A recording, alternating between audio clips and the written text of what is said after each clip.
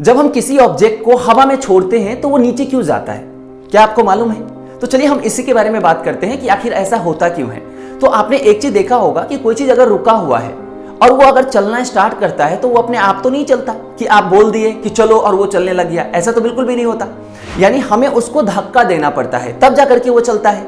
यानी किसी ऑब्जेक्ट को चलाने के लिए हमें फोर्स लगाना पड़ता है अगर वो स्टार्टिंग में रुका हुआ तो ऐसे ही होता है। तो उसी तरह मान लीजिए कोई ऑब्जेक्ट है, इसको मैंने यहां से ऐसे छोड़ दिया, भरोसा रखिए मैंने इसको धक्का नहीं दिया है, सिंपली यहां पे ले गए और यहां से छोड़ दिए, लेकिन फिर भी ये नीचे आया है। तो जैसे अभी हमने बात किया था कि कोई रुका हुआ ऑब्जेक्ट चलना तभी स्टार्ट करता है जब हम उस पर कोई बाहर से फोर्स लगाते हैं। इसका मतलब यहां कोई तो होगा जो फोर्स लगा रहा है। तो कौन सा फोर्स होता है? तो कोई भी ऑब्जेक्ट में अगर मास है तो उस मास पे एक यहां ग्रेविटेशनल फील्ड होता है जो अर्थ की वजह से लगता है, तो उसी को ग्रेविटेशनल एक्सेलरेशन बोलते हैं। तो मास है और यहां ऑलरेडी पहले से अर्थ की वजह से एक्सेलरेशन था, जिसकी वजह से मास इनटू एक्सेलरेशन एक फोर्स बन गया जो नीचे की तरफ लग रहा होगा, और वही फोर्स है मास इनटू एक्सेलरेशन यानी mg, जिसको ग्रेविटेशनल फोर्स बोला जाता है, जो इसको यहां से खींचकर नीचे ले जा रहा है। जैसे हमने इसको छोड़ा और वो नीचे चला गया,